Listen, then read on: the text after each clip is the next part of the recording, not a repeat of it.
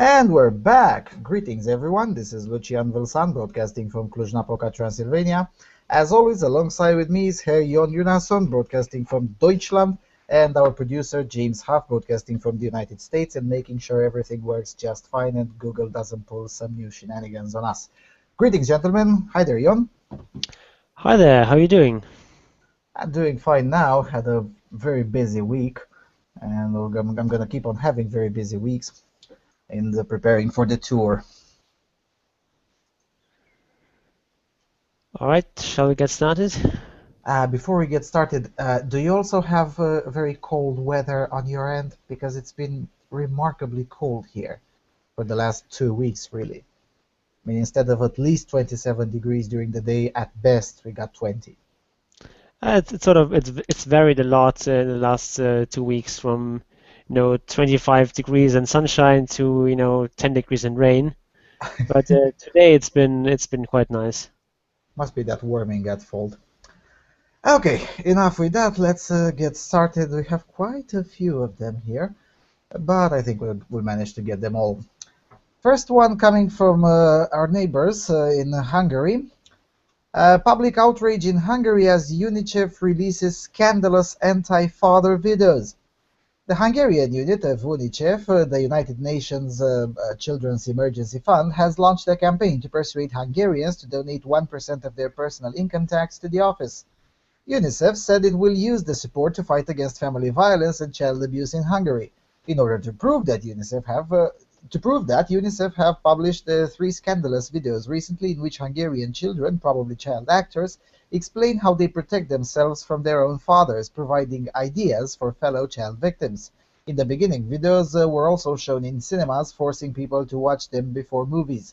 As a result of the scandal, they have been removed later. The videos have triggered harsh reactions in Hungary. Many say that they are extremist, misleading, harmful, anti-father and anti-family.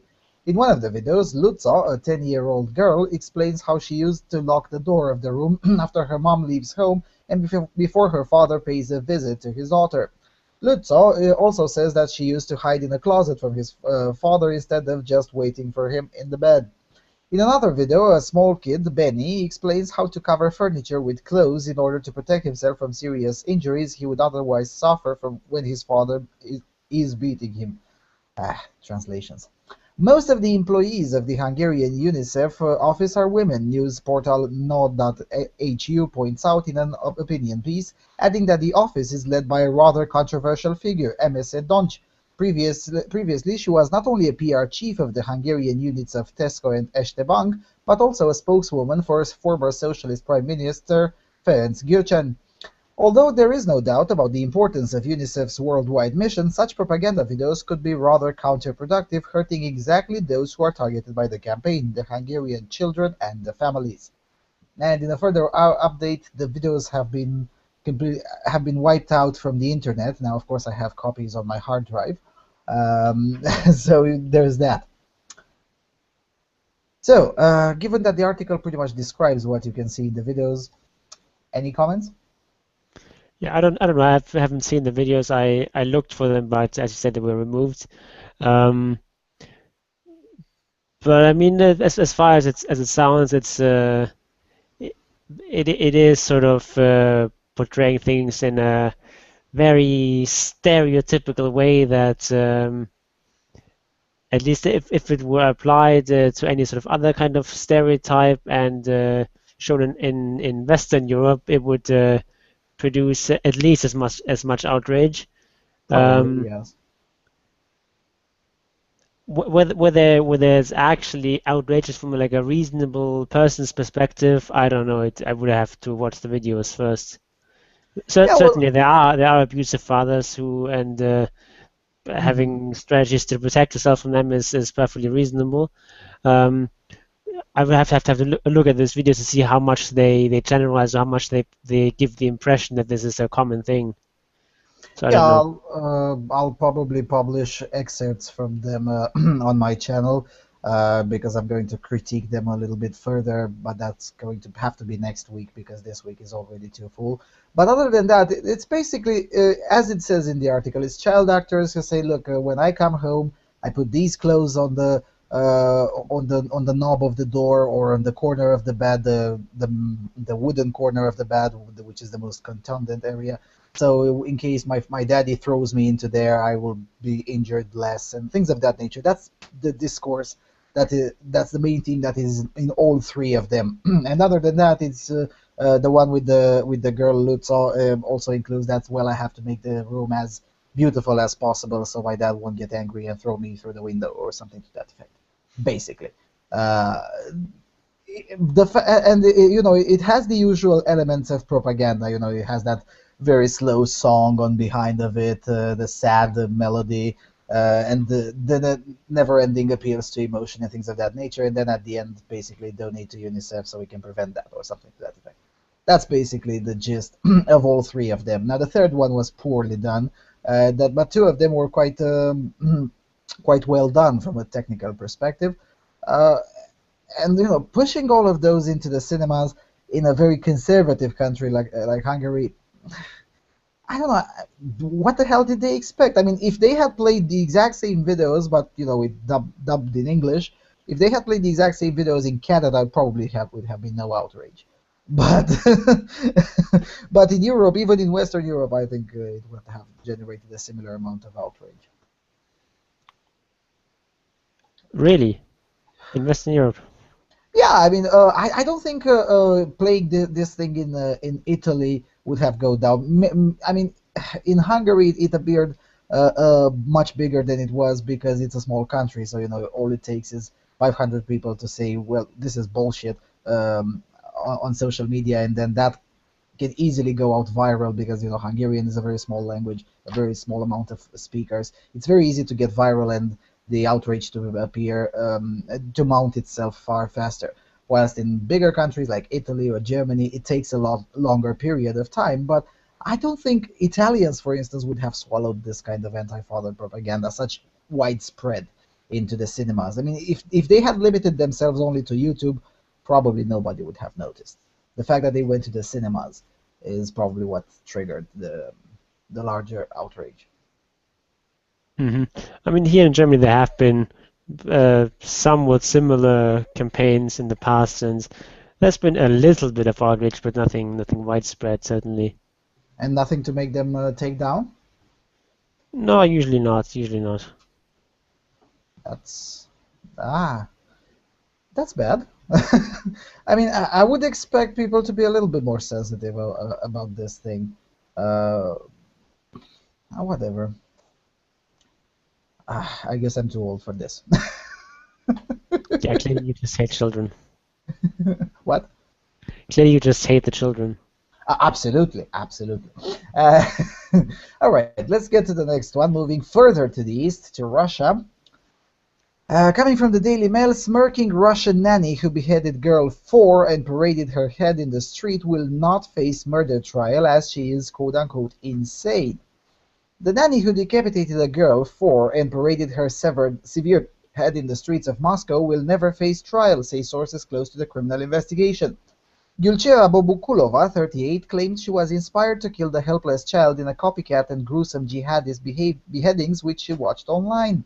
She was trusted nanny to the girl she confessed to decapitating in northwest Moscow, Anastasia Macheryakova, in a brutal act which caused shock around the world. Earlier, the burqa-clad babysitter had claimed that she killed the child on February 29 in revenge for Putin's aerial bombardment of Muslims in Syria. She claimed she was ordered by Allah to cut off the girl's head. Now the native Uzbek and mother of 3, who is subject of a murder charge, will be ruled insane, a source with knowledge of the situation told Interfax news agency.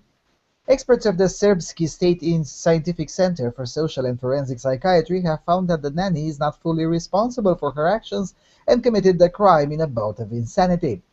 Their report is to be formally handed to the state investigators next week, reports Interfax. As such, Bobokulova is not liable for criminal prosecution, and the investigation will have to specify the necessity of administering compulsory measures of a medical nature to her in the indictment, reported Interfax.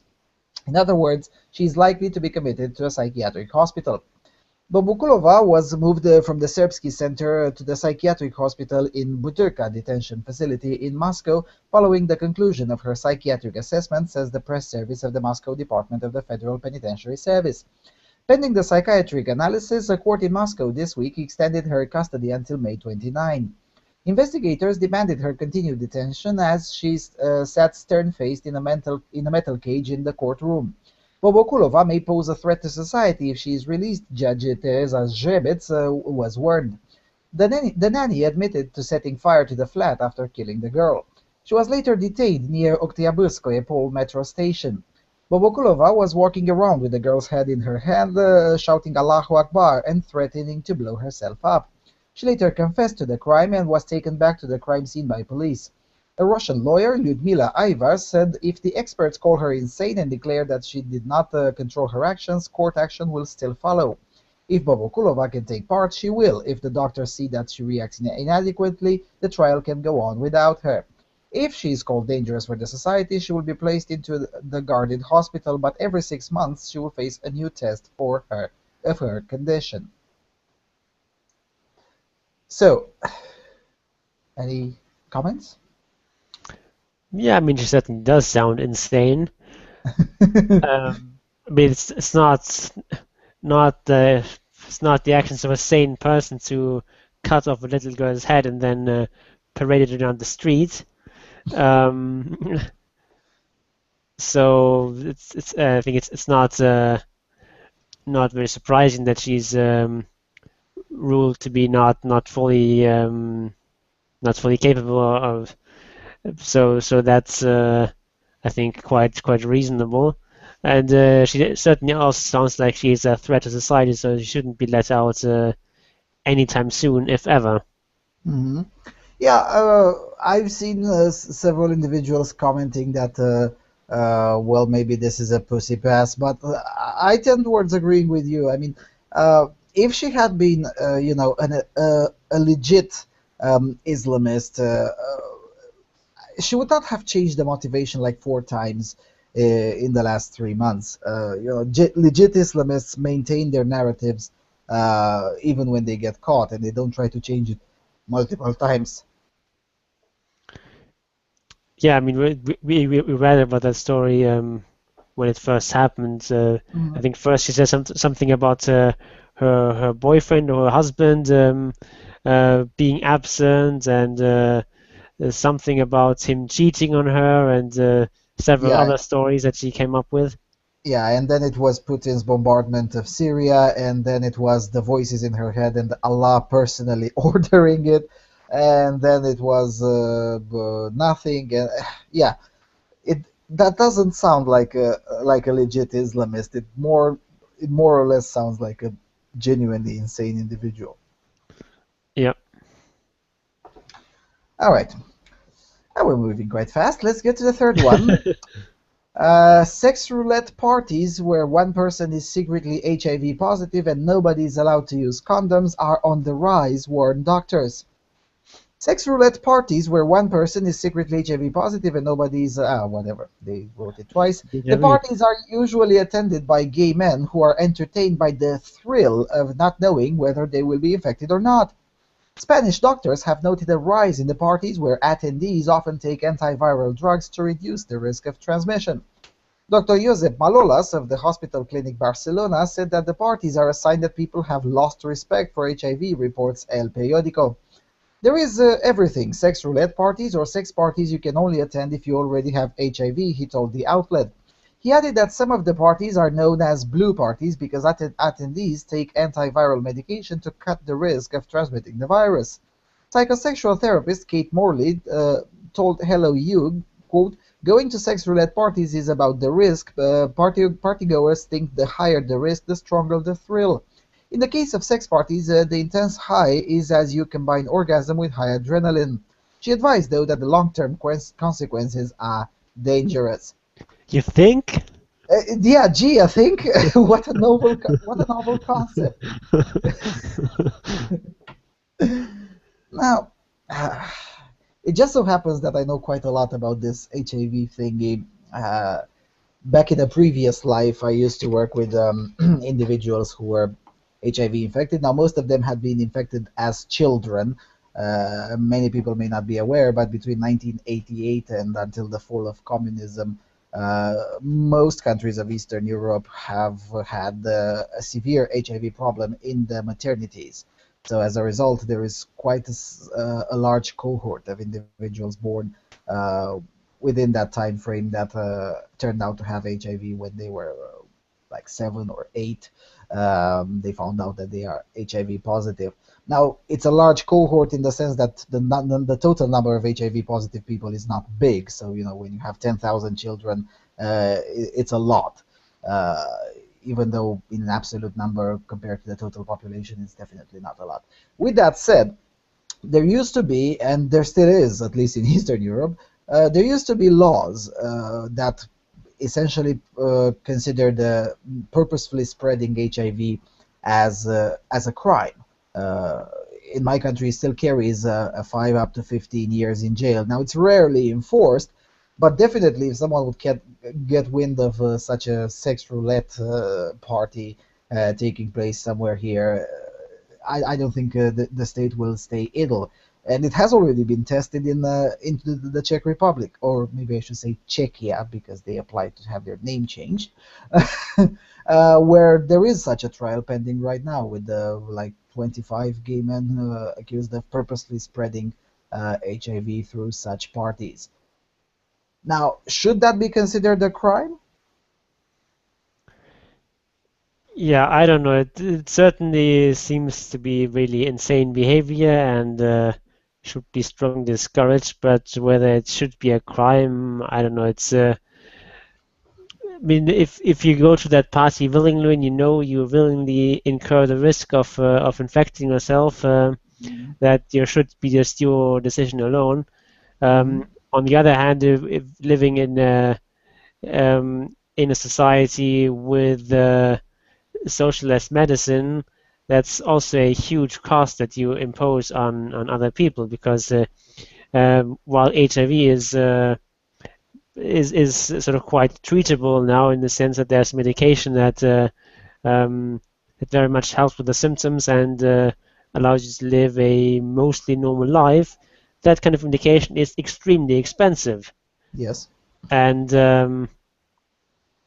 I happen to know the exact costs, at least for Romania, but I don't think they're really that different across Europe. Uh, Someone who's like in his or her 20s, infected with HIV relatively recently, incurs a cost exclusive in medication without additional hospital costs of around 13,000 euros every year. That's in the beginning of the stage. If that someone finds out he or she is HIV positive somewhere later in the stage, when the virus has gotten the chance to replicate itself to a much advanced stage, the costs for such a patient can go, with the medication alone, can go as high as 27 or up to 30,000 euros every year. Uh, Now, 30,000 euros every year, that's not a small amount at all. I mean, 30,000 divided by 12, that's 2,500 euros per month. That's more than a very good salary in most of Europe, East and West. yeah, that's something like the something close to the average income in Germany, and that's just for medication. Of course, you Hmm. still need all sorts of other expenses, Hmm. and on top of that, you usually require quite a lot of additional medical services if you're HIV positive, because Yeah, you're in hospital once in two constantly and years, yeah, once in you two see the doctor all years, the time. Yeah, once at 2 years, is recommended that you spend at least 3 days under observation in hospital for additional tests and things of that nature. There's also, of course, you have to see your doctor once in 6 months especially at the beginning after receiving the diagnosis, especially in the first 3 years after receiving the diagnosis, because there is the problem with HIV is that it has two parts. One of it is common for every patient, and the other part is the other half of the virus is adaptive to every individual. So this is why there is rarely two HIV plus people that take the exact same medication. there is a treatment scheme. That's how the doctors call it. So in order to cook that treatment scheme, it takes time, it takes experimentation, and that's also hugely expensive. I mean, those medical bills are also paid by the taxpayers, and of course the costs of that vary by country, whilst the cost of medication is usually the same regardless of the country, because they're pretty much the same manufacturers and the same taxes applied on them or not. Uh, so the least everyone should attempt to do will be, okay, fine. If you got the HIV virus because you knowingly subjected yourself to that risk, you should probably pay out of your own pocket. Yeah, the thing is that most people are not able to pay that, and that would mean Tough luck. letting them Tough luck. die. And Tough luck. yeah, but that's just something that is not That's palatable to mean. most people. Yeah, I know it's mean, but Uh, the same goes with, I don't know, accidents insurance. I mean, if you get into a work-related accident because you knowingly exposed yourself to the risk, the insurance will not pay for that particular costs incurred by that particular accident, because you knew this could happen and there was a high chance of it happening. Why should there be anything different when related to the HIV thingy? Yeah, the thing is, socialist medicine, at least on the model that the UK uses, is not like insurance. Yeah. It's just Neither is the Spanish, because this story comes from Spain. The Spanish system is pretty much like the NHS. It's not thought of as insurance, but rather as a given, as if it rains from the sky or something.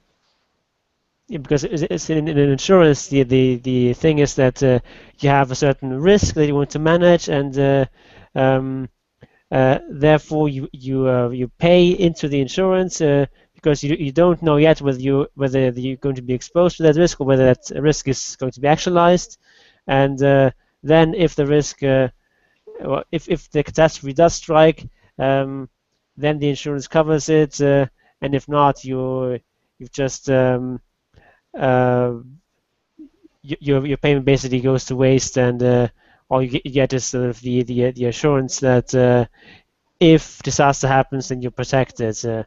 But Hmm. socialized medicine doesn't work on that model. It's uh, first of all, there's a lot of recurring costs that are perfectly predictable, that is covered by health insurance. Regular visits for checkups and so on, and Hmm.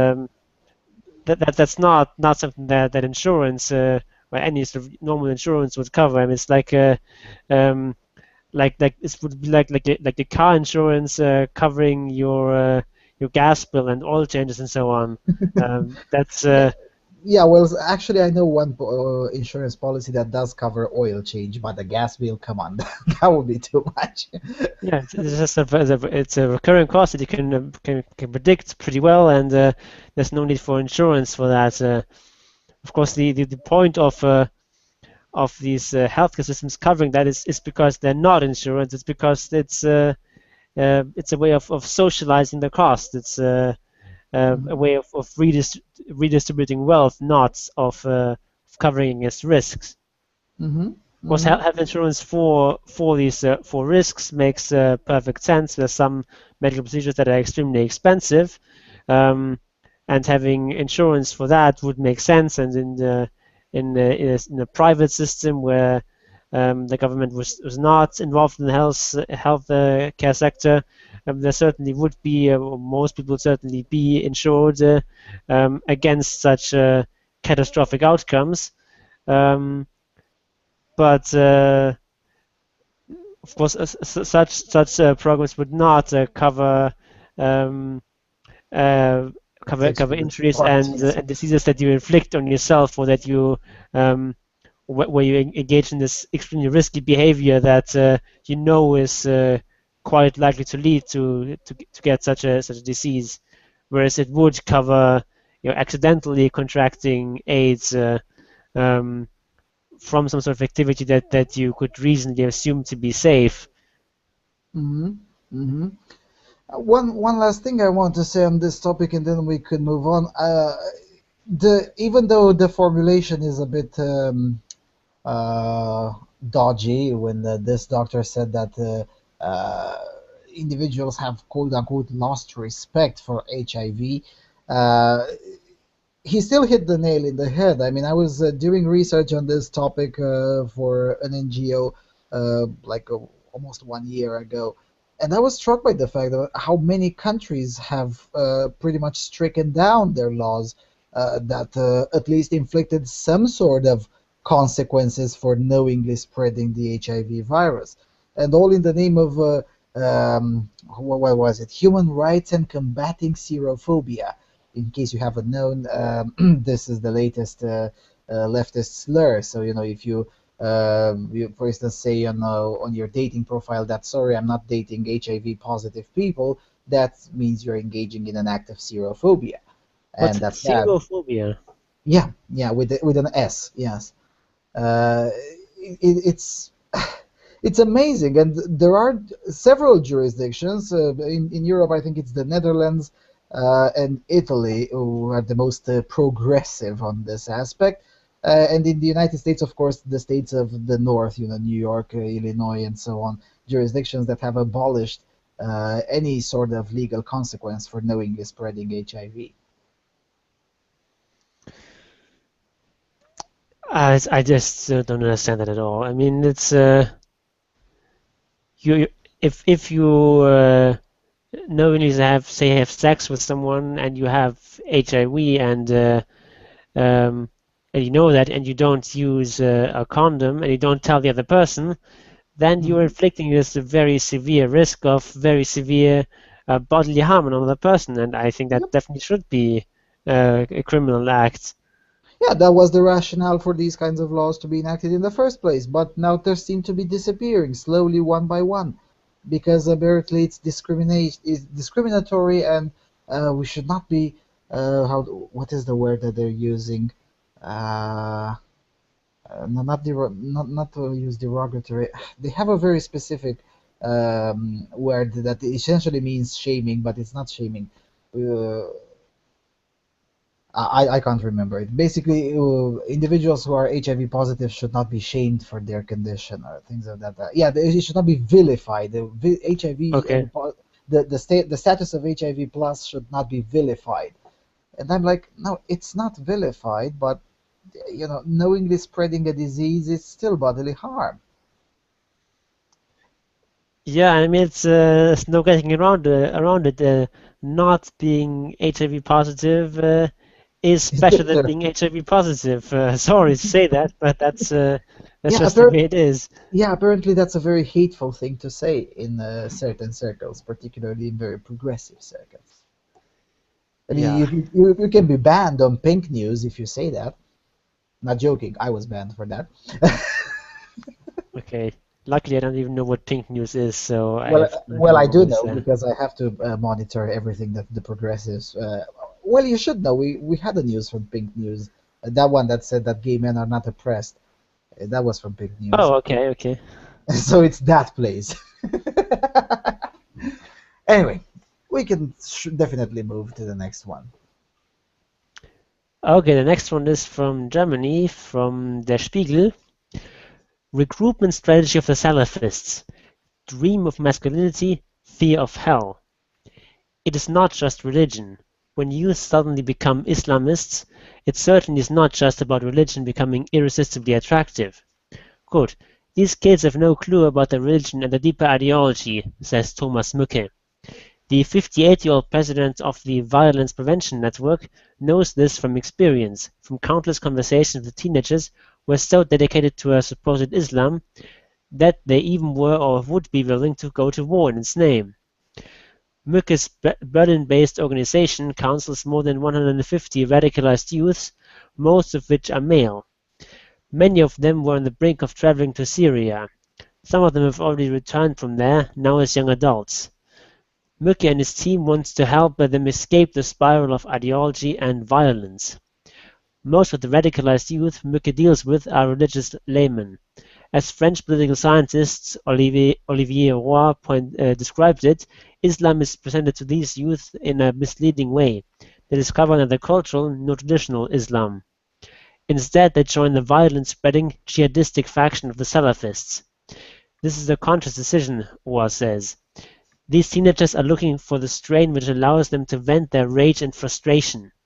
Above all, Ouar explains, they are seeking for an environment where they can live out their conception of heroic masculinity, for which Western society leaves too little room in their eyes.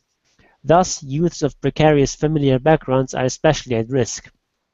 At least two-thirds of these young men under Milke's care grew up without a father figure. This often results in a greatly heightened need for a male role model, and the Salafists exploit this fact through recruiters and preachers assuming the charismatic authority of a father figure. Skipping a couple of paragraphs where they further describe these recruitment efforts and several different preachers. Another factor is that they are not wholly removed from secular youth culture. When IS warriors clad in brand-name sunglasses pose on an American SUV in a propaganda video, heroic masculinity and Western status symbols are combined into a mix that is especially attractive to some teenagers because it is so familiar, as extremism researcher Pissou explains. The IS contrasts the hero with the loser. It denigrates the masculinity of those Muslims who stay at home while their brothers and sisters die in Syria. It threatens the ultimate punishment. If it cannot get its hands on them to punish them for their cowardice in this life, they will answer for it on the day of judgment. This is a particular fear of those who return from Syria and are already imprisoned in German jails. Here, religion and the belief in hell do play a role after all. The returnees have undergone a lengthy process of authoritarian indoctrination, which has awakened in them an irrational fear or even terror of the prospect of hell.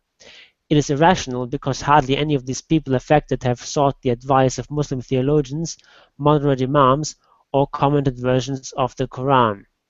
The jihadist radical carrot and stick approach has been effective. Between 2011 and 2015, the numbers of Salafists in Germany have grown from 3,800 to 8,650, and it is still rising. The number of people with an Islamist background was at 43,890 in Germany in 2014, according to the Verfassungsschutz, which is an organ of the state that sort of fights or monitors radical groups that are supposedly undermining the constitution. And here too the numbers are rising. And then it goes on a bit after that, but I think we basically get the gist now. Are you surprised at all? No. Nothing that I've heard from you reading the translation of this is new to me. There has been, I think it was the Montaigne Institute in France who produced, for a short little while, the report was for free. Now it costs like €100 to read it, and I think I've lost my own copy of it. But nevertheless, there is the Montaigne Institute produced a report that is like 2,000 pages. It goes in detail. At first, they went on to study the no-go zones in France. And I know that the Guardian likes to pretend that that's a conspiracy theory, but they're not. The no-go zones in France exist. They're controlled. 100% of the no-go zones are controlled by Muslims. There is no such thing as a Christian no-go zone or a Jewish no-go zone or an atheist no-go zone or a Buddhist no-go zone. No, they're all Salafist usually. Wahhabi Islam version of the Islamic faith. And initially they were just going to study the no-go zones themselves, how they function and things of that nature. But they eventually ended up studying everything about radical Islam in France, and they pretty much reached very similar conclusions. That it should be mentioned that at the time of that report, the Islamic State didn't exist.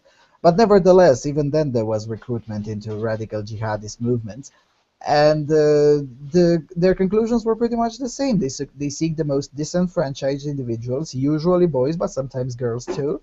And they present them with a combination of hardline religious rhetoric and references that are familiar to the secular culture in which usually those individuals grow up in anyway. Uh, and of course, the fact that when if they end up in jail. Now, I don't know how the situation is in Germany, but in France and also in Belgium, Muslims are disproportionately represented in jails. In Belgium, it's like half of the all prisoners are Muslim. In France, it's slightly lower, like 35 or 40%, but still very, very high.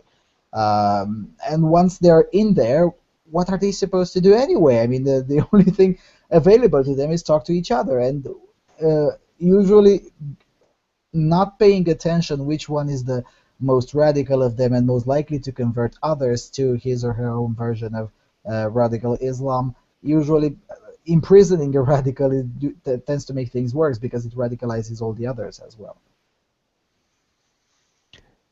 Yeah, it's a very problematic thing. Which what are you supposed to do with these people? It's not like you can just execute them all or something. Um, Yeah, you can't. and Genocides are no longer fashionable. yeah, and I mean, if maybe if they're recent immigrants, maybe you can send them back to their home countries. But if they're uh, uh, people from that country who have been converted to Islam, then you can hardly throw them out of the country. So what are you supposed to do? Yeah, it is a very multifaceted problem, and indeed, there are no simple solutions to it. Uh, and of course, there is another problem. We have this thing called human rights, which doesn't want to admit that there are individuals who are not particularly deserving of the whole charter. I mean, if I were to have it my way, the individuals have the higher propensity towards converting others to various extreme ideologies, particularly Wahhabi Islam or Sufist Islam or Salafist Islam. Uh, if they end up in jail, I wouldn't put them in the general population. I would put them in the same section as pedophiles. That is to say, in a very secluded slash separate section of the prison, both for their own good and for the good of the rest of the general prison population. But that's something it's illegal to do in most countries of Europe.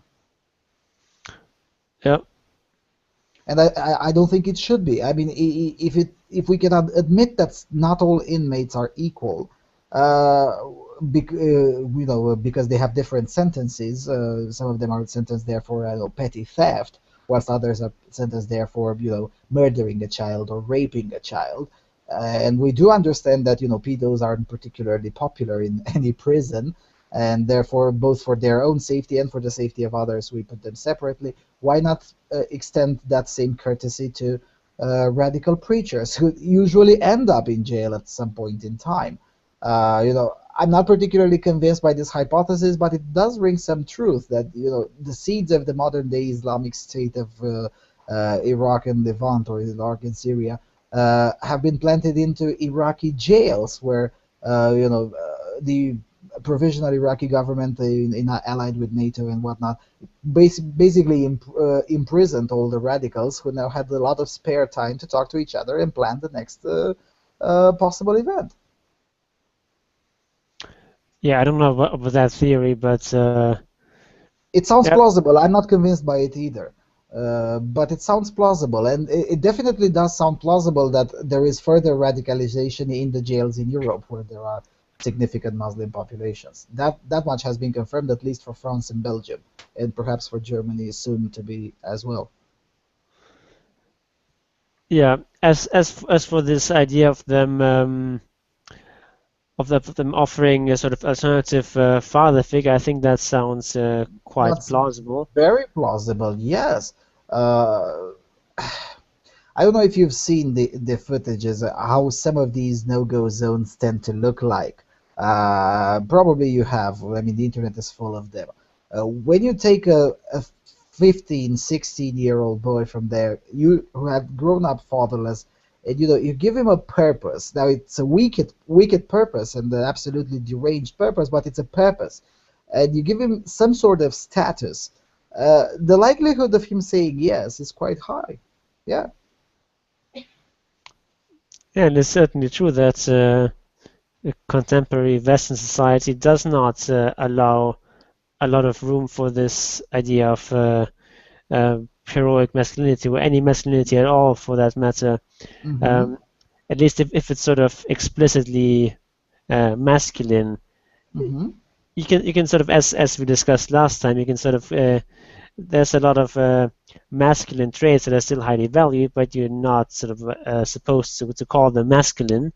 Mm-hmm. Things like competitiveness and leadership and so on. These are very much valued, but you're not allowed to call them masculine. It's just sort of generic good human qualities or something like that. Yeah, Um, as if they're evenly disposed amongst the sexes, which they're not. yeah, and so there's a lot of this talk of everything masculine being problematic and so on, and sort of feminine ways of dealing with things being prioritized or put up as an example and so on. That can be a um, very disheartening to young men, especially if they grow up in a society or in a family where there's no father. The only sort of authority figures they deal with are their mothers, And the and women who run their and schools. yeah, then they go to kindergarten. They have a female kindergarten teachers, and they go to uh, primary school where there's almost exclusively female teachers, and then maybe in secondary school they get some male teachers too, um, but even there the majority probably are female, Mm-hmm. um, and that's just not a lot of sort of readily available male role models, and if you have this sort of charismatic teacher or a preacher who's the sort of embodies all these masculine values, that can be Appealing. very enticing. Yeah. Mm-hmm. Mm-hmm. And although there is this, how should I, this generalized impression that individuals who end up becoming Islamists grew up in very restrictive slash patriarchal families, that's not usually the case. Uh, Believe it or not, Muslims tend to become Muslim mothers tend to become welfare queens as well. And there's quite a lot of single parenthood amongst the various Muslim communities across Europe as well. It may not be as high as it is in the generalized population, but it's definitely not something rare. And believe it or not, the very intact, integrated Muslim families tend to provide the least amount of Islamists. Usually, they tend to, especially the low-level Islamists, they provide you. These are usually provided, as this article correctly identified, from the periphery of the society. However, there is the other argument that those who essentially plan Islamist attacks uh, are usually remarkably smart. I mean, there was a study, I think it was by Pew Research, which essentially said that the leadership of every Islamic movement of modern days is formed by individuals who hold degrees from very prestigious universities. They're usually individuals who did the who did have the I don't want to use the word privilege, but I guess it works here. They did have the privilege of attending the highest institutions that at least the West can offer at this point. But even there, if you check for a single parenthood, it's still a higher propensity than the general population. Yeah, I mean, for example, um, the attackers of 9/11, they're all basically a bunch of engineers and doctors and so on. Mhm. Basically, all of them had studied at a Western university, and quite good universities too. Mhm. These were all sort of comfortable middle class people. They're not didn't do this because they were desperate, but they just did it for religious and ideological reasons. Mhm. Um, but that's not uh, the basic grunts of whether that's Al Qaeda or ISIS or whatever. A lot of these people are, of course, sort of desperate people, people down on the luck from precarious backgrounds and so on. Mhm. Mhm. All right. Now, since we spoke a little bit about early education and so on, I think that provides a bit of transition towards the next story. Coming from the Daily Mail, this one is a little bit long, but anyway. Rise of women teachers turning boys off education as report reveals girls born this year will be 75% more likely to go to university. An admissions czar has claimed the fall in boys going to university is due to the rise of female teachers in Britain's schools. The quote-unquote dominance of women taking classes is contributing to male students ending their careers early, says UCA's chief Mary Cornock-Cook. Ms. Kernock-Cook made the controversial comments in the foreword of a study that says girls are 75% more likely to go on to the university. Currently, there are 455,000 teachers at state schools across the country, and 74% are women. Writing in the report by the Higher Education Policy Institute, the HEPI, Ms. Kernock-Cook said, quote, many commentators, including me, have suggested that the dominance of women in the school workforce may play a role in boys' underperformance relative to girls. While this report does not find evidence to support the theory, I remain instinctively convinced that, as in any other area of life, gender imbalance will itself generate further imbalance. Just as the performance of boys at GCSE has declined relative to girls, so the proportion of female teachers has increased. Up until 1993, male teachers in secondary education were in the majority. In the UCAS Teacher Training Admissions (UTT) service today, more women apply, and they also achieve higher offer and acceptance rates. The HEPI study also revealed that around 5/6 of the universities and colleges have more female than male students. But apart from initial teacher training, only 2 institutions have set targets for the 2016-17 academic year, on recruiting more men. The report argues that failing to address the issue now is simply storing up problems for the future. Dealing with the underachievement of young men at university does not interfere with tackling other inequalities in the system, such as the gap between rich and poor, it said.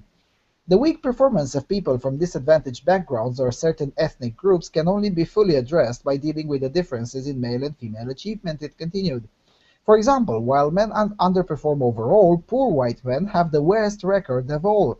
So tackling the underperformance of young men is essential if we are to tackle other dismal higher education performance indicators. Ms. Kernock-Cook writes, quote, on current trends, the gap between rich and poor will be eclipsed by the gap between males and females within a decade. That's a bit, whatever. Latest UCAS figures show a record 9.2 percentage point gap entry rate between the sexes, with women 35% more likely to go to university than men. If this differential growth carries on unchecked, then girls born this year will be 75% more likely to go to university than their male peers, Ms. Kernock-Cook added. The HAPI argues that a number of policies would help to boost the numbers of men at university, including official sources of information targeted specifically at young men, and Take Our Sons to University Day. It also calls for more institutions to consider setting goals for male recruitment. The study goes on to say that there is evidence that young women's brains change earlier than males, and it is possible that some young men may benefit from not being rushed straight from school to university. HEPI director and report co-author Nick Hillman said, quote, nearly everyone seems to have a vague sense that our education system is letting young men down, but there are a few detailed studies of the problem and almost no clear policy recommendations on what to do about it. Young men are much less likely to enter higher education, are more likely to drop out, and are less likely to secure a top degree than women. Yet aside from initial teacher training, only 2 higher education institutions currently have a specific target to recruit more male students. That is a serious problem that we need to tackle. Of course, women face substantial challenges too. Female graduates earn lower salaries than male graduates. Female academics face too many obstacles in being promoted. No, they don't, but anyway. Lad culture can make life uncomfortable for female students. I don't care. But policymaking is not a zero-sum game in which you have to choose between caring for one group or the other. Yes, it is with Marxists.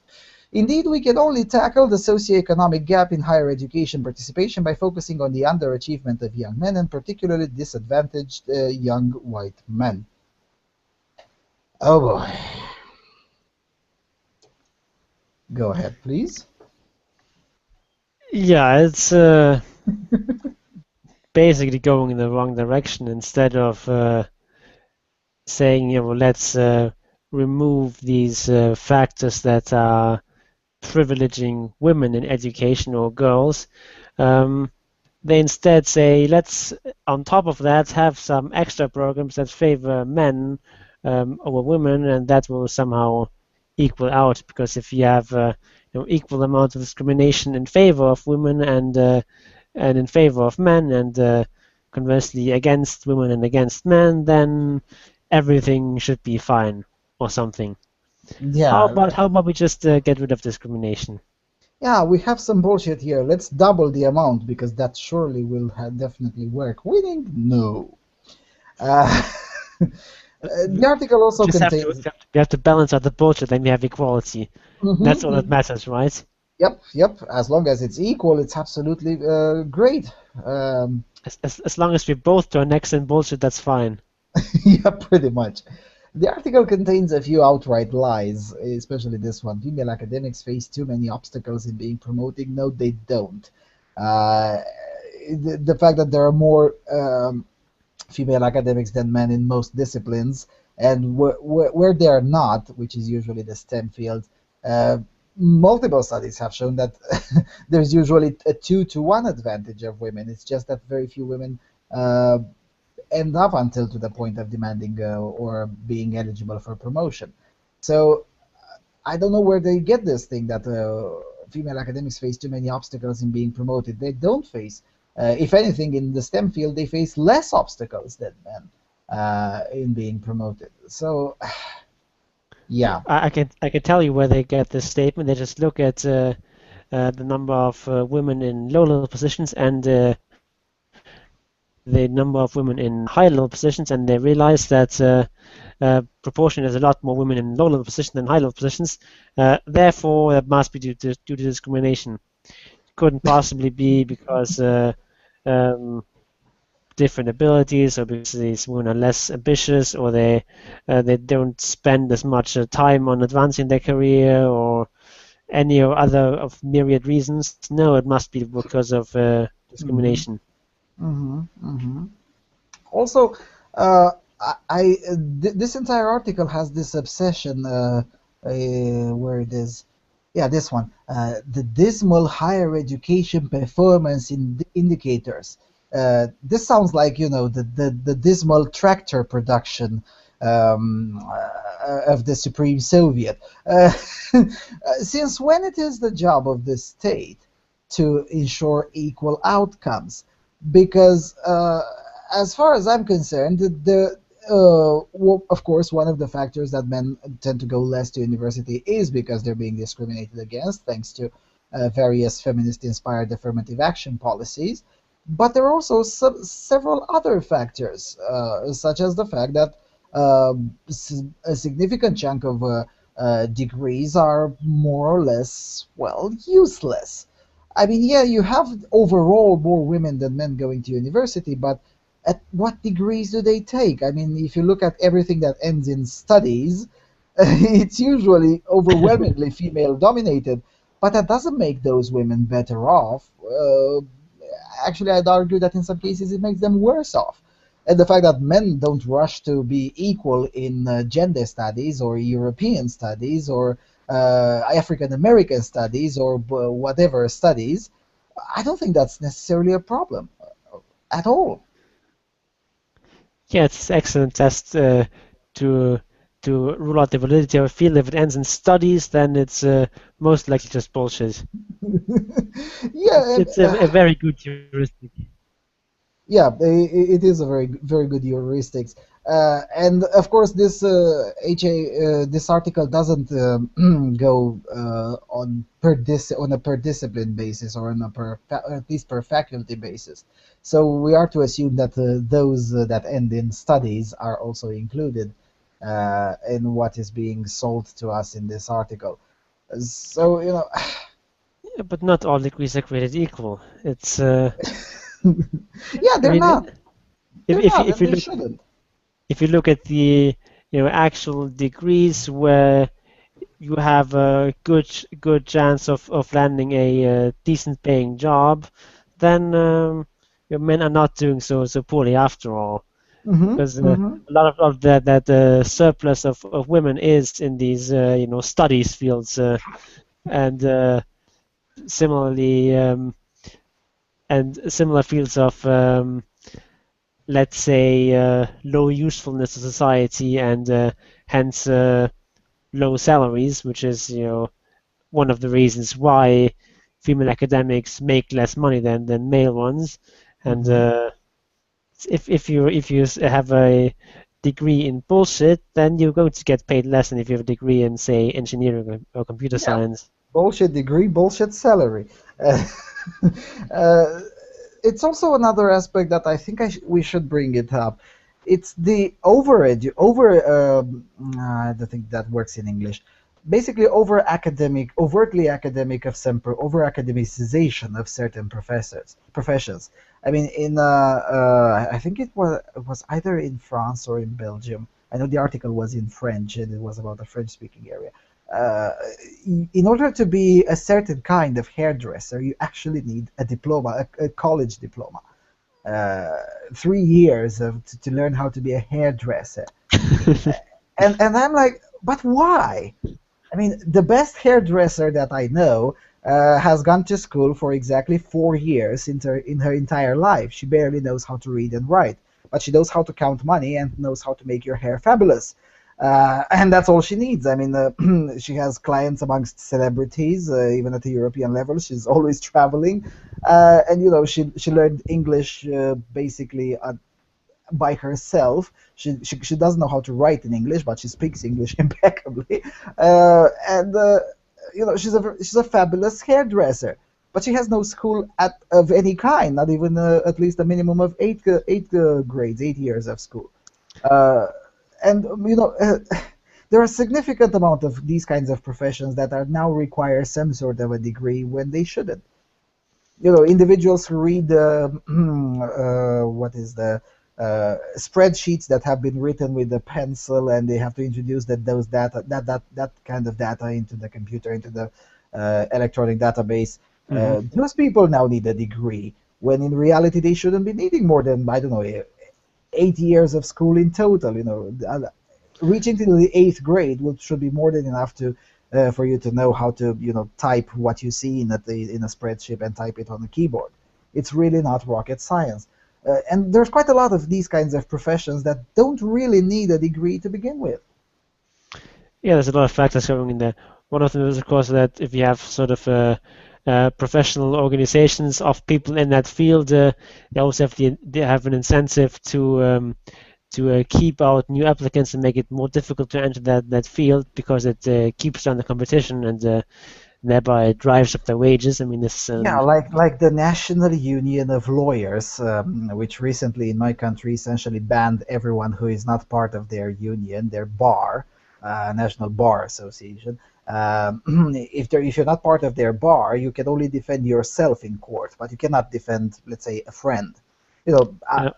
Until very recently, basically anyone who was a defendant in a trial could name anyone to defend him or her. It's your business if you lose, if you name a crackpot to defend you. So that was the basic principle.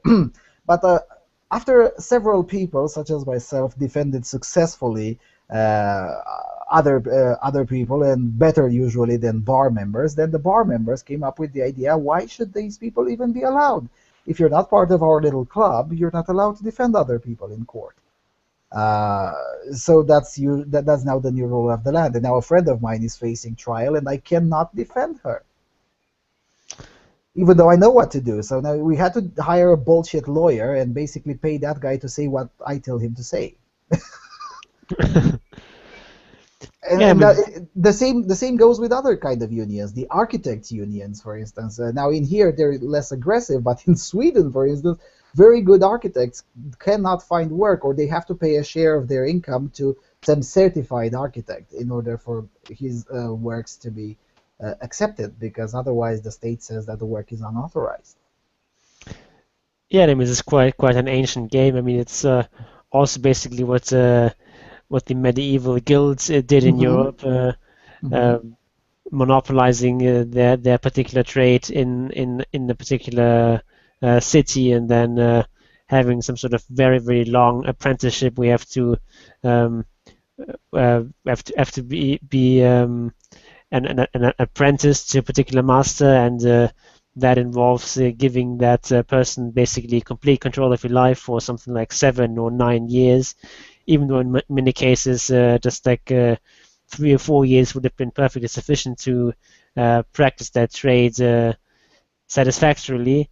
But in this way you can um, keep down the competition and thereby keep up the prices. And there's also other factors at work here. For example, a lot of it is sort of fear mongering by politicians about about increasing standards in a particular field, and you wouldn't want an uncertified person to Mow say your lawn. operate on you or something. I mean, mowing your lawn, that's particularly ridiculous, but say in the medical field, you have um, this fear of unqualified people operating on you and giving you bad medication and so on. Yeah, as far as lawn mowing goes, that's I wouldn't have particular fear of an unqualified person mowing my lawn the wrong way. Like, Well, what is he even supposed to do, even in basically? the yeah, but even in the medical field, I mean, there are certain subsections of the medical field where you don't actually need degrees. I mean, for instance, there was recently, I think I saw on the Stossels show, but that thing applies to most of Europe too. There's I don't know the term in English, for crying out loud. It's those women who help other women give birth. There is a specific term for it, but I don't remember it. Uh, and now in many jurisdictions they're required to have at least a medical assistance degree, even though some of them have been helping other women give birth for like 40 years or 30 years, and yet for some reason their services are still being sought. But now the government comes in and says, no, you cannot help your fellow individual give birth unless you pay a crap ton of money to this college or to us, so we can give you a license to do that. Yeah, midwife, the word is Midwife, midwife. yes, Yeah. yes, midwife, yeah, that's the term. And when I say that, especially when I bring this kind of argument to, I routinely go to meetings with other economic liberty-minded individuals, and when I bring this example, they usually say, "Oh, come on, but that's no longer relevant in Europe." Well, it is. In the Netherlands, for instance, like half of the births are with a midwife and at home. Now, thankfully, the Dutch government hasn't been yet so fully insane as to regulate that. But in France, for instance, you can actually get into quite a lot of trouble if you go to the city hall and say, "Look, I want a birth certificate for my son," and they'll ask, "Where was the son born?" "Well, at home." You can get into quite a lot of trouble for that. Yeah, and there's also a lot of um, medical tasks um, that only doctors are allowed to do, even though nurses would be perfectly qualified doing that. But Hmm. often it's things where in actual practice the nurses are doing it, but it's sort of a doctor who signs off on that, and Hmm. sort of, for example, for example, you often see nurses de facto prescribing particular routine medication, Hmm. um, which they're not allowed to do technically, but there's basically a doctor who trusts them and says, you just uh, give the patient whatever you want. I just add my signature here. Hmm. Um, but that's technically illegal, and maybe it makes sense for sort of more dangerous medication to only allow doctors to give that out. But if it's like giving out some aspirin or whatever, like Hmm.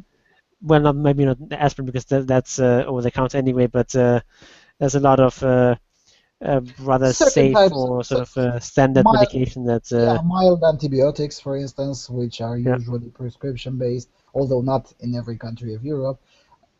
So and things of that nature. Even though with there, for instance, with antibiotics, I've taken I've gotten myself infected with a very dubious. Again, I don't know the term in English.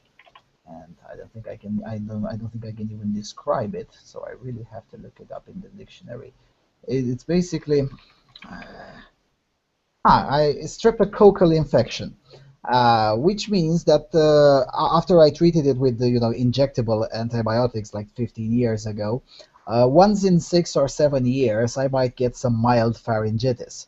Uh, and I know how to treat it because there are specific type of antibiotics which are very cheap because they're generical and made specifically for the kind of pharyngitis generated by streptococcal infection.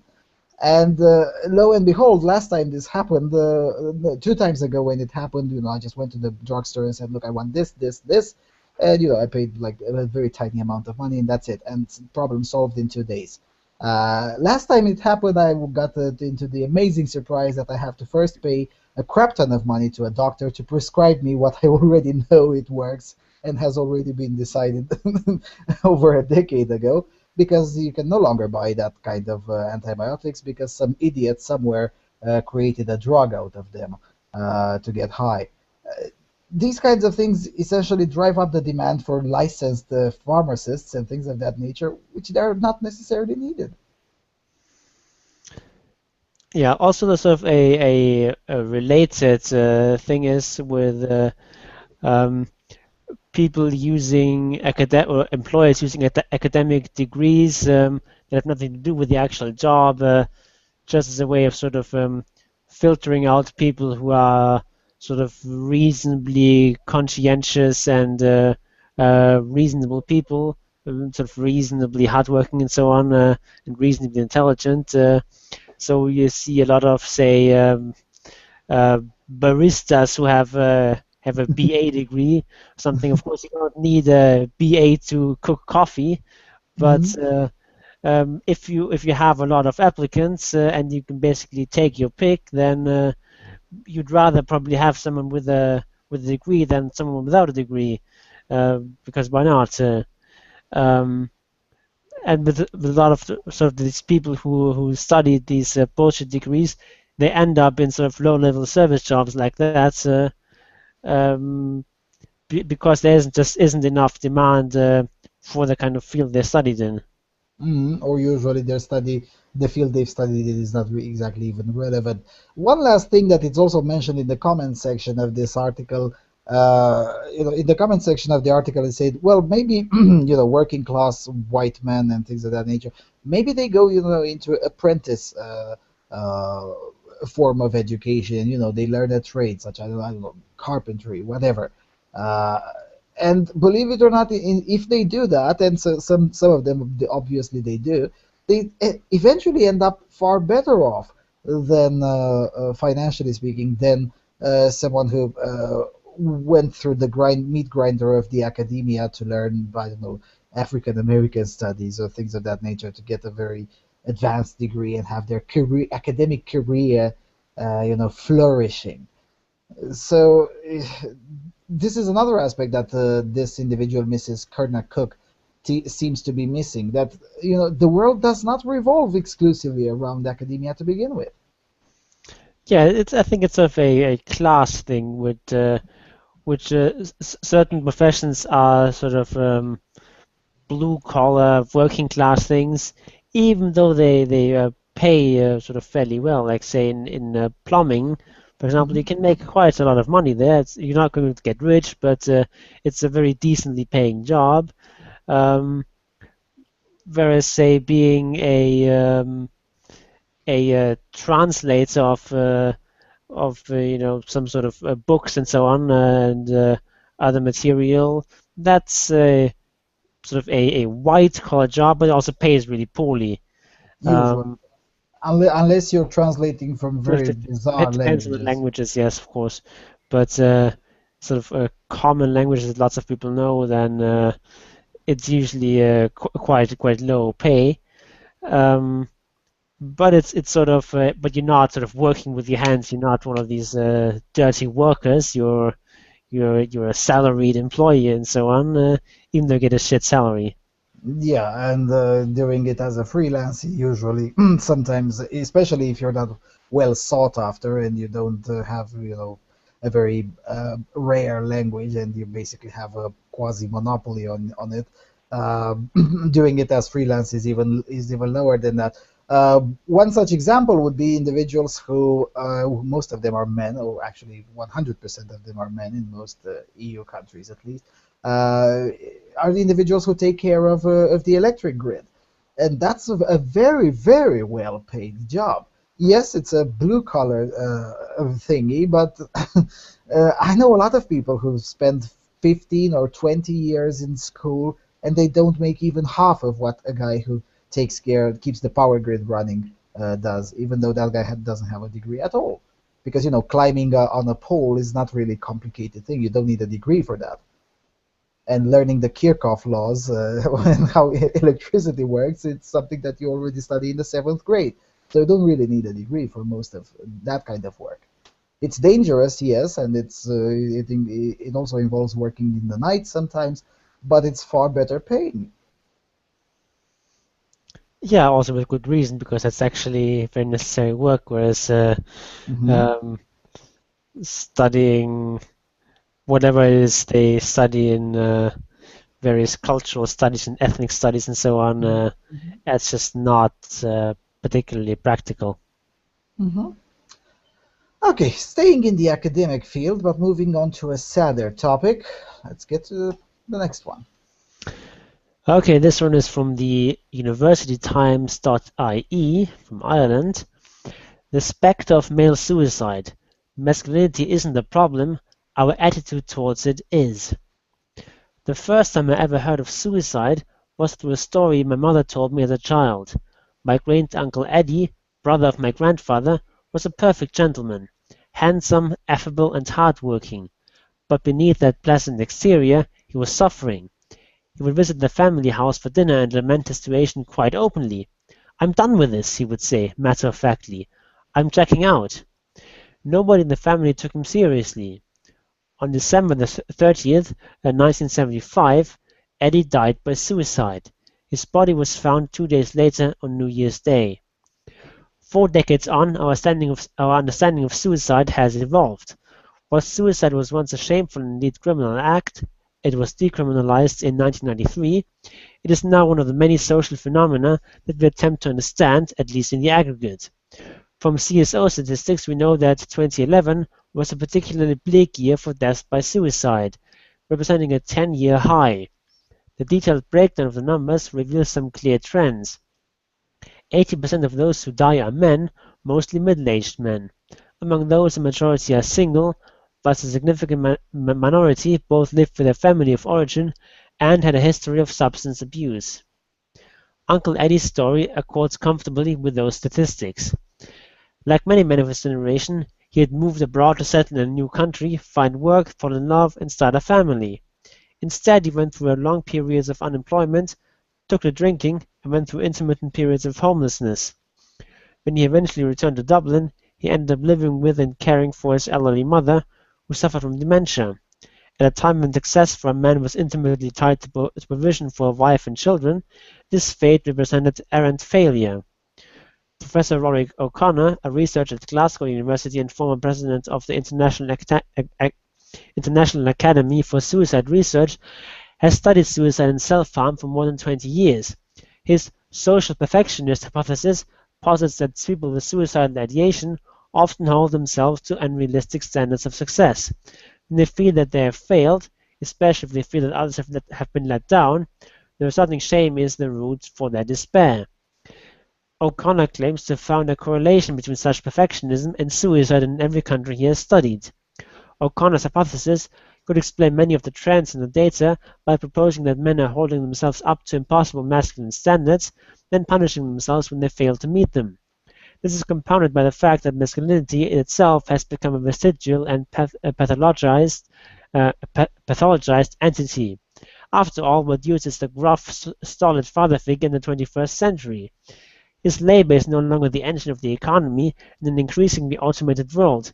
His stoicism no longer the noble sacrifice of a warrior ready to die for his family.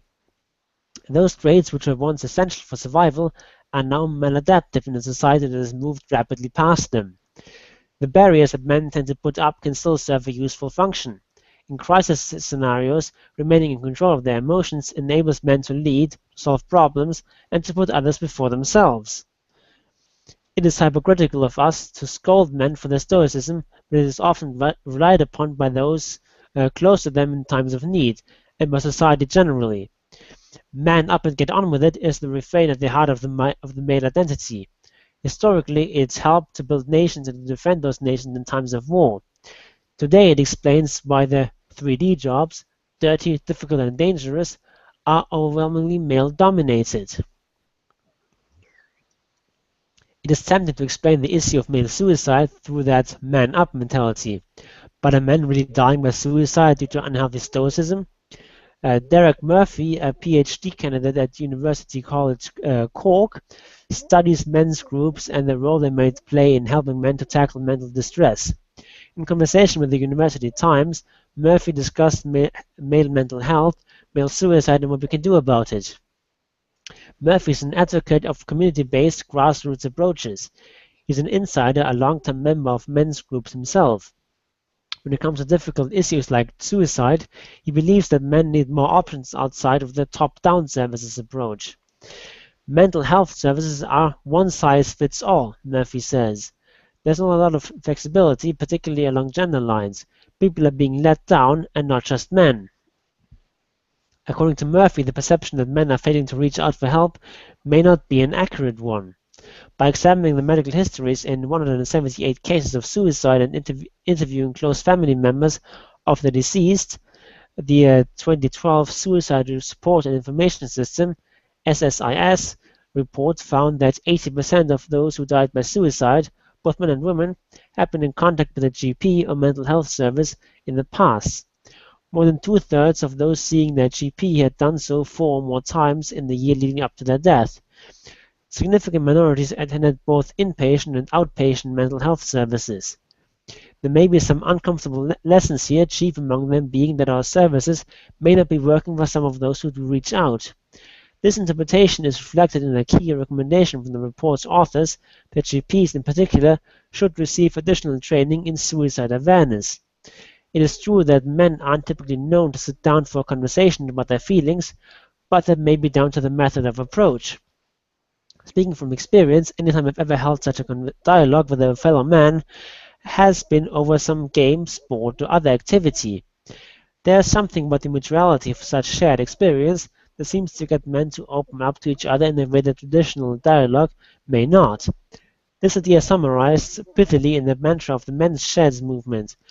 Men don't talk face to face, they talk shoulder to shoulder. The shed serve as a place of learning as well as an outlet for men, whether they are suffering from mental illness or simply in need of some companionship. Evidence that men might prefer this approach to face-to-face dialogue is in the numbers. The first Irish men's shed opened in August 2009, and there are now more than 250 of them across the country. The sheds, along with many other men's groups, are documented on mensgroups.ie, Murphy's personal site for this research project. They vary in their purposes, but generally share 2 core similarities. Firstly, they are grassroots organizations that emerged organically from the work of everyday men, to deal with the issues and experiences of everyday men. Secondly, they are overwhelmingly, though not exclusively, male-only spaces, something that Murphy believes is central to their success. They are non-hierarchical, equal. Everyone sits in a circle. That's very important. You can see everyone, and everyone can see you. Everyone is included. While establishing male spaces might appear sexist and exclusionary, it may also be necessary. The National Men's Health Policy, 2008-2013, clearly identified the need for the development of gender-competent, community-based mental health services. The success of male spaces such as men's sheds, particularly for older men, is something that the government should consider as an option for addressing male suicide. The Uncle Eddies of the world are not well served by the "real men don't man up, they open up" message promulgated by figures such as broadcaster Brian O'Connell. With respect to O'Connell's good intentions, there's no test to qualify as a real man.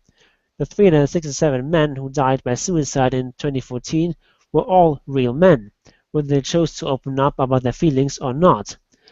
Masculinity is not contingent upon such an arbitrary list of actions or behaviors. O'Connell is not the only person to espouse this men behaving badly approach to issues with male mental health. The National Men's Health Policy specifically mentioned this prevalent attitude as a deleterious stereotype to be challenged. Throughout history, men have always faced unrealistic masculine standards. The modern push against the masculine identity per se has risen at least in part as a response to those standards. Whilst men were previously expected to help themselves in order to conform to the masculine identity, the same expectation is now perversely being directed at our most vulnerable men, the men least capable of helping themselves, as the path of liberation from it. Ironically, in blaming masculinity for male suicide, we are actually reinforcing that gender paradigm instead of challenging it. We are also shirking responsibility, failing to show the most basic level of empathy to our fathers, our brothers, and our sons. At a time when 8 men die by suicide every week, this simply cannot continue. Wow, that was long. Long article is long indeed. Take a sip of water now. Yeah. One thing this article refuses to address. Right at the end, I was hopeful that it would go a little bit further into that, but they won't. I guess because of length, but maybe because they haven't thought about it. The penultimate paragraph. Throughout history, men have always faced unrealistic masculine standards. Yes, that's true. What is also true is that the suicide rate amongst men in Ireland in 1950 was 3 times smaller than it is now. Uh, I know that from Mr. Gormley of Men's Rights Ireland. And I have the PDF somewhere on my big 2 terabytes hard drive. But uh, so if if this hasn't changed at all, then how come now we're supposed to believe that those so-called unrealistic masculine standards are suddenly problematic now, yet they were, at least judging by the outcomes, far less problematic 70 years ago, 60 years ago? Do you happen to know if the female, how the female suicide rates were in the 1950s? Rather Okay. constant. So yeah, that definitely is, I think, strong evidence that traditional masculinity is not to blame for these high suicide rates. Admittedly, we haven't been monitoring this thing for. I mean, most countries have data going back at best until the 1930s. But nevertheless, 1930s was still 80 something, almost 90 years ago. Why the sudden rise? And this trend is consistent amongst most countries of Europe. And where it isn't consistent, it's usually a country like Liechtenstein or Iceland, where I guess uh, those variations in percentages are dependent upon a very tiny uh, absolute number variation. So maybe we could uh, avoid looking at those. But for the most part, it's usually this. There is a certain rather stable suicide rate, both amongst men and women, until somewhere around 1950s, 1960s, 1970s, and then a sudden spike uh, in suicide rates on men, whilst women's suicide rates tend to remain the same, or if they grow at a much, much lower pace than men's. So maybe, just maybe, it's really not the masculine standards. I'm not saying it isn't, but I'm saying that the outcomes don't seem to support this social perfectionism hypothesis, as this article calls it. Yeah, or maybe if you want to rescue that theory, you could maybe argue that a lot more is expected of men today. They're still expected, for the most part, to live up to these traditional ideals of being strong and dependable and so on. But additionally, they are also expected to be sensitive and caring and to talk about their feelings. But you should still be strong and stoic and so on. And that's sort of a contradictory expectations that you basically cannot meet them all, and Mhm. inevitably going to fall short of that standard because it is impossible. Yeah, that's true. That's true. Although Ireland is much further. I mean, to to put this in practical terms, socially speaking, Ireland is closer to Poland or Romania than it is to Great Britain. Basically. That's what I'm Yeah. trying to say. I mean, the Irish society is significantly different than what you would expect in most of Western Europe. It's a lot more traditional. It's just different. It's not the same thing as in the more posh upper middle class influenced society of Britain or the cosmopolitan France and so on and so forth. It's just different. With that being said, I didn't know that suicide was illegal until 1993 in Ireland. I wonder how the hell was that enforced? Yeah, if you commit suicide, there's a death penalty on that. So if you commit suicide, you're just going to chop the head off your corpse or something. I don't know. Maybe it was a penalty on attempted suicide. I don't know. Yeah, it says here suicide was a shameful and a criminal act. It was decriminalized in '93. And I'm thinking, how the hell was that even enforced? And why would you even have such a law? Anyway, going further with that, the Uncle Eddie story is very interesting. Basically, it does convey the message that, and then it further doubles down on that message by providing statistics that a significant chunk, what is it, 80% of those who died by suicide had been in contact with some sort of mental health service, or basically they did seek help uh, in some way, shape, or form. But the Uncle Eddie story is very touching on on exactly the same thing. I mean, uh, he would stay at the family house for dinner and lament quite openly, "I'm done with this. I'm checking out," and nobody in the family took him seriously for years. And then he died by suicide on December 30th, and he was taken so seriously that in two days nobody even noticed. Where the hell is Uncle Eddie from the New Year's party?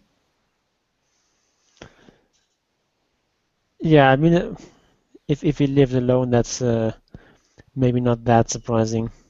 Yeah, and it was in '75, in a lot fewer phones, a lot less connectivity uh, amongst individuals than now. But still, it does touch on this thing. I mean, most individuals who do ponder suicide, they do seek some sort of help. That was my gut feeling right from the get-go, but I didn't have any way of proving it. Now at least we have some numbers for Ireland that it is indeed true that a significant chunk of those who eventually do end up committing suicide, they actually do seek some sort of help.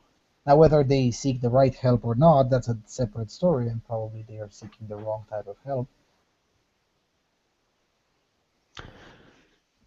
Yeah, and I can certainly believe that when it comes to men, there's a lot less help offered, and both sort of from a professional perspective and also just from friends and family members. Hmm. Women just tend to get a lot more emotional support with things like that. Yes, they do. And another politically incorrect thing to be said, not that I really care about that, is that especially men who get married, they tend to more or less abandon their previous social structure if they had one, their network of friends or things of that nature.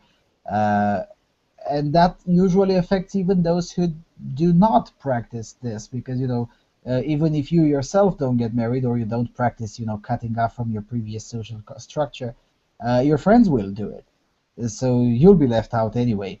uh, and that kind of thing happens so often that uh, it's uh, it's the kind of thing that eventually cuts probably the most how should I put it, the most trustworthy source of support, I guess. Yeah, And the one thing that I definitely do agree with this article is the portion with the men's sheds. It is true that men don't talk face to face; they talk shoulder to shoulder. Uh, I don't know. I think everyone's experience somehow confirms this. I mean, when you're building something, The discussions amongst the workers, if you sit down and watch the discussions amongst the workers, I mean, you could test this going to a construction site, and you can, if you have a chance to listen what the workers talk about, it's usually very, very serious talk. Even though most people look at construction workers as, those dumb rednecks who don't really know anything, they're not really as sophisticated as the rest of us. But if you actually watch what they're talking, listen what they're talking about whilst they're doing their work, it's usually very complicated, very sophisticated discussions, and usually very serious. Yeah, and of course, a lot of these people are not stupid. I mean, you don't have to be stupid to be a construction worker or Absolutely. something like that.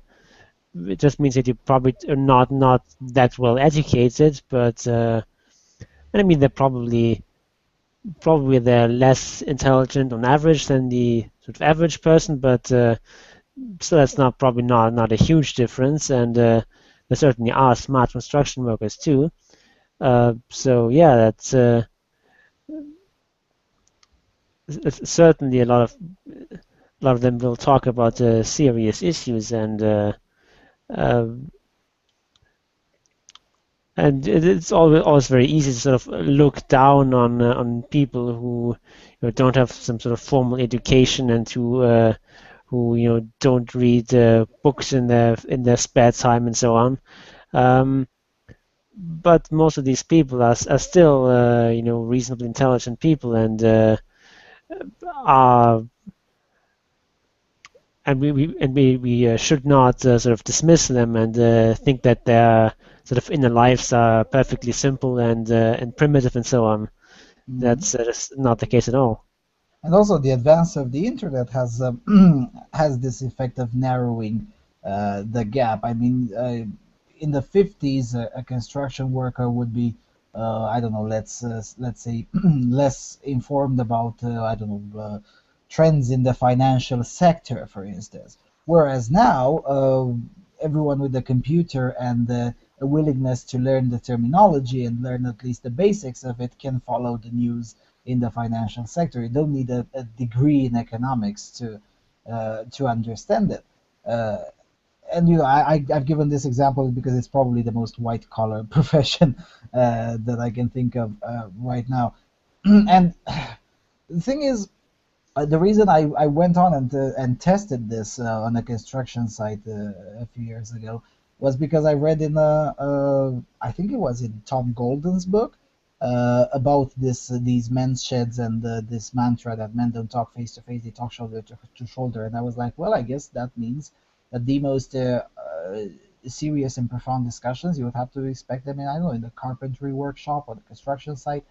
And at least what I tried to test, it turned out to be indeed true. I mean, if you want to hear men talking about how their marriages actually work without being afraid of using, blunt words, you go on a construction site, and you can actually hear that. And in some cases, I think that's a far superior marriage counseling than paying hundreds of euros to a licensed counselor. Yeah, it's quite plausible. Yes. So yeah, the sad part is that this article cites individuals who allegedly studied suicide for 20 years, but yet they seem to still have an understanding that is uh, lower than what I would have expected. Yeah, but on the whole, it's still a very good article. All right, and for the last one, let's go to the silly place, and then we can A very silly place. call this Yes. a very silly place. Go ahead.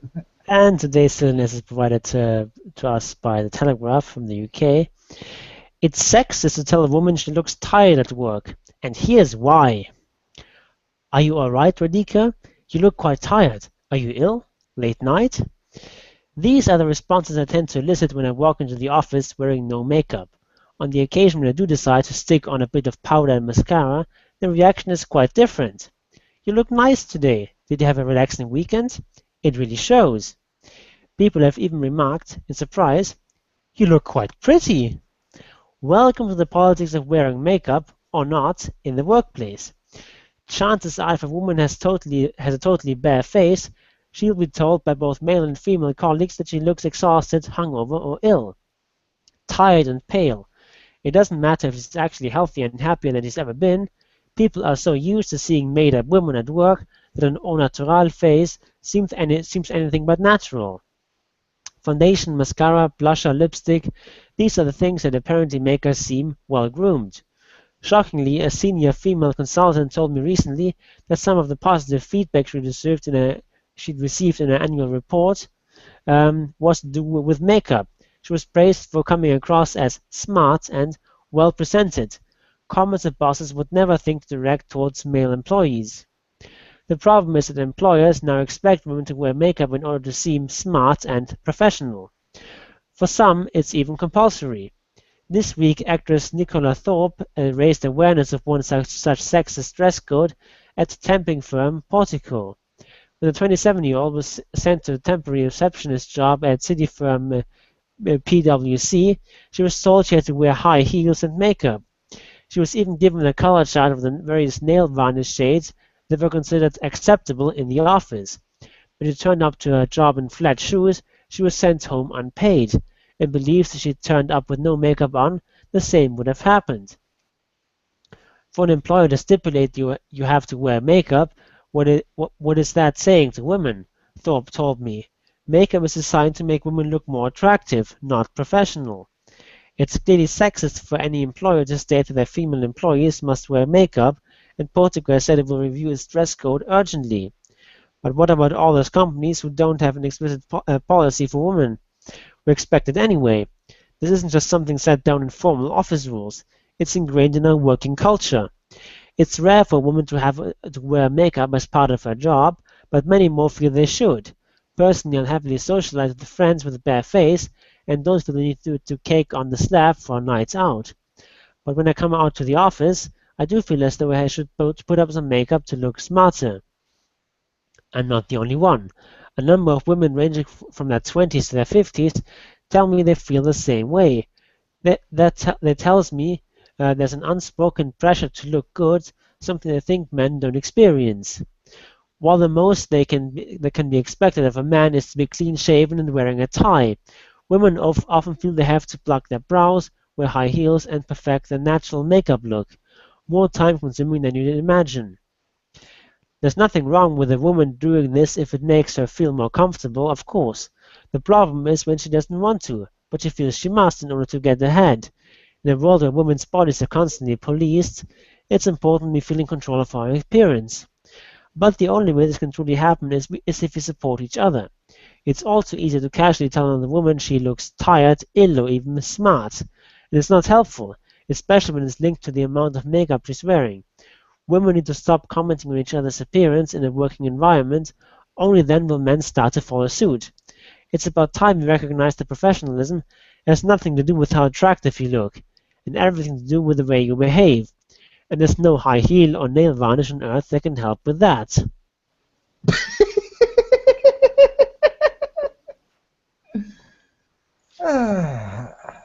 Where does this individual even even live? I mean, does she work for the Telegraph or is just a guest column? Because she speaks of in a world where women's bodies are policed all the time. Really? I find it very What I hard. really want to know is, did she wear high heels while she wrote this article? Because otherwise I don't want to read it. Yeah. Not only that, but she complains that the boss told her or her friend, whatever, looked smart because had the makeup. Well, maybe if it was directed at her, maybe she looks smart, but she definitely is not smart. Especially if you look at the way she phrased things. And a few other issues here and there, which a native speaker of English should have noticed anyway. And also the editing standards at the Telegraph continue to go further into the abyss. With that said, how is it? It's clearly sexist for any employer to state that their female employees must wear makeup. Yes, it is. So fucking what? If you don't like it, don't work there. Is it really that complicated? Yeah, apparently it is. But what about all those companies who don't have an explicit policy but expect it anyway? What about them? Because as far as I get, her basic article, her basic argument is that, well, in most cases it's not explicitly obligatory, but women feel as if they want, as if they have to do it. Well, why is this the responsibility of everyone else? I mean, your feelings are your responsibility. Yeah, and it's not like you get treated like shit if you don't have makeup on. It's just that you'll be less attractive, and therefore people will not treat you as well as they usually do. They will probably treat you more like they would treat a man. Yeah, basically. And the reactions that she cited are not usually the reactions that of someone who mistreats you or scorns you. I mean, they asked her if she's all right. I mean, uh, they asked her concerned about her state, her health state. That's not something that someone who hates you asks. Because if I Yeah, despise someone, I don't care if he or she is ill. If anything, I would be glad if he or she is ill. oh, are you ill? Late night? Yeah. Wonderful. Excellent. Yeah. Yeah, and the demonic laughter somewhere down the line follows, but she couldn't spell that one over for us. No, seriously, it's even it's worse than the air conditioning thingy, because at the very least on the air conditioning thingy she was citing something palpable that could somewhat be checked empirically. It was still a silly topic, but at least it could be checked empirically. Whilst with this one, it's old feelings, old drivel. Yeah, and the whole thing about dress codes and so on. Usually, the dress codes in offices are more restrictive for men than for women. Absolutely. Certainly, there are a lot of sort of unwritten expectations of what you should do to look good and so on. But at least for women, that's usually not part of official policy. Hmm. Hmm. And yes, the rules are different for men and for women, but typically, as I said, the rules for men are more restrictive. So I don't really see where she's getting from, where Yeah, she's coming from. yeah, because basically for men, all you have, the only real choice you have is that you can choose a different color for your tie, but that's pretty much it. I mean, if it's hot as hell, you don't get to come in with shorter pants. That's completely out of question. At least in the very how I like to call them uptight offices, which I Yeah. despise with passion. I mean, I would never work there in such an environment, like at all. I don't care how well respected that profession is. I'm not an uptight individual. I don't like walking like I have a big stick shoved up my arse. So I treat with a lot of disdain these kinds of environments. But nevertheless, the individuals who work there, they have some rules, and they choose to work there voluntarily, and they will respect them. If you don't like it, do as I do. Don't work there. Is it really that complicated? Yeah, but apparently the world owes you something. You just owed this opportunity to work at this office and to be uh, looked at as professional and smart and so on, no matter how you look. Well, actually, I've been to certain environments like this, and I've come dressed as I usually am, which is extremely casual. But because I was the professional there, I was the guest professional, nobody cared. And whilst for the first 30 seconds they thought I was a punk, somehow got lost there. Once I opened my mouth, everyone shut up, and oh, wait a second, this guy's for real. He's just not abiding by our code because he's not working here. So, if you want to get rid of the stigma of the dress code, there are options even within the very uptight, uh, I wouldn't say communities, these types of uptight work environments. Just be the best in the room, and nobody will eventually give a toss what you're dressing. But if you want to, be the average worker and work there and whatnot, and you like the payment in there, well, suck it up. You're going to have to respect their rules. Yeah, and as for these unwritten rules, you can break them, but there's a cost to that. If you follow these unwritten rules, things are going to go easier. Hmm. If not, you have to work harder. You have to be a bit better than other people who do follow these unwritten rules. Yeah, Yes. but that's just life. Yeah. There's There's costs to trade-offs. things. Yeah, there's trade-offs for everything. And you can be a risk taker and accept the trade-off and just go, because eventually if you're the best in the room, nobody gives a toss. You can come in your underwear. If you're the best in the room, nobody will throw you out if you're indispensable. But yes, if you are the average employee, well, there is a trade-off for that. And I don't see why this is worthy of a column in the Telegraph. Apparently, she is the best in the room at whining. That is Absolutely. also a valuable skill if you're a journalist, at least. Well, especially for writing columns in the women's section in the Telegraph. I mean, if you just type, HTTP telegraph.co.uk/women, and that's it. Uh, the overwhelming majority of the columns there look like written by professional whiners. So I guess there's that. Uh, So I guess we have found a field for all these studies people to go into. yeah, but then again, the most professional whiners will then have to be given a pass on the on the on the unwritten rules, because if it creates competition, senior whiners usually get some perks for that, and we wouldn't want that, because how would Radhika produce such nice articles for us if she's no longer being compelled or feels compelled to? Because from what I get from her own words, nobody's actually forcing her to do anything. Uh, she herself feels compelled to do this. I mean, this woman clearly has a very active imagination, so even if she isn't actually suffering any real inconvenience, she can just invent those. I'm sure she'll Yeah, manage.